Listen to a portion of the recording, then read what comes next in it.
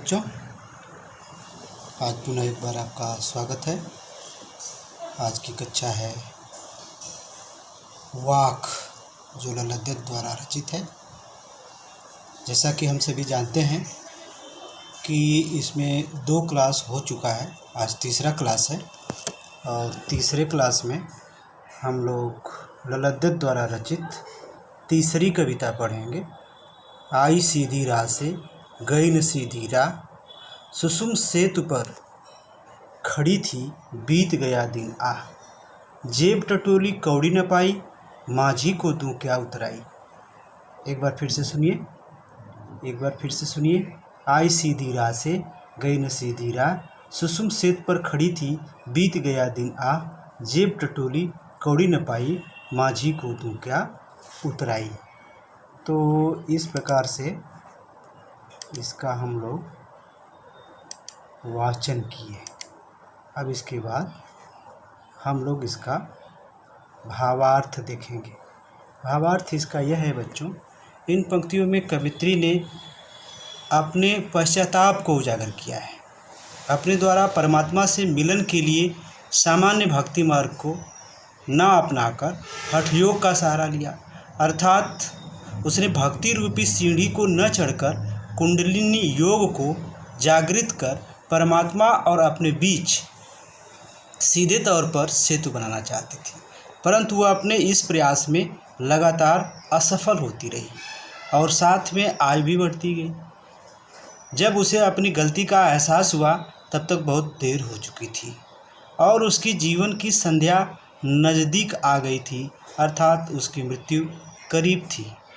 जब उसने अपनी ज़िंदगी का लेखा जोखा किया तो पाया कि वह बहुत दरिद्र है और उसने अपने जीवन में कुछ भी सफलता नहीं पाया या कोई पुण्य कर्म नहीं किया, और अब उसके लिए परमात्मा जब उससे संसार रूपी भवसागर से पार जाने की उतराई के रूप में पुण्य कर्म मांग रहे हैं, तो वह ईश्वर को क्या देगी, ईश्वर को क्या मुंह दिखाएगी और उन्हें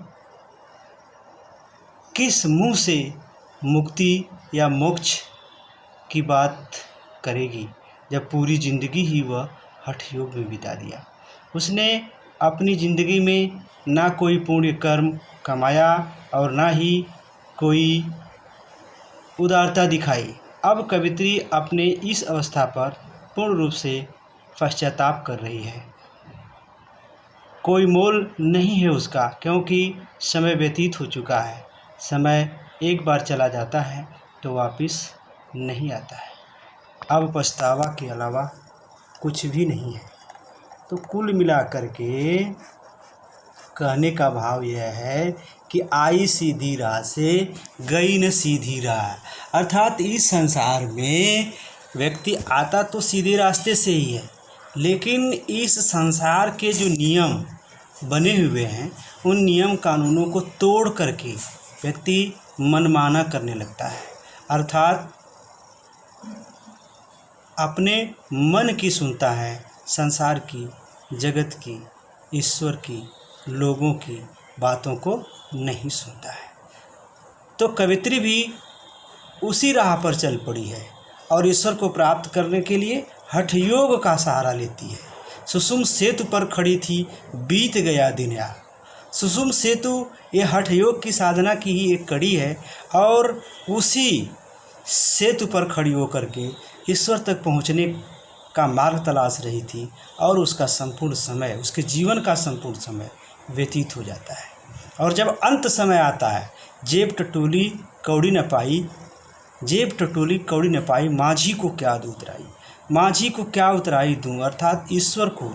माझी यहाँ पर ईश्वर का प्रतीक है जो संसार रूपी भवसागर को पार कराता है, और जिस प्रकार नाविक नाव के द्वारा नदी को पार कराता है तो पथिक उसको कुछ न कुछ उतराई देता है, उसी प्रकार से संसार रूपी भवसागर को पार करने के लिए उतराई की ज़रूरत तो पड़ेगी, और वह उतराई कवित्री के पास नहीं है। इसलिए वह ज़िंदगी में क्या कर रही है, पश्चाताप कर रही है। धन्यवाद बच्चों।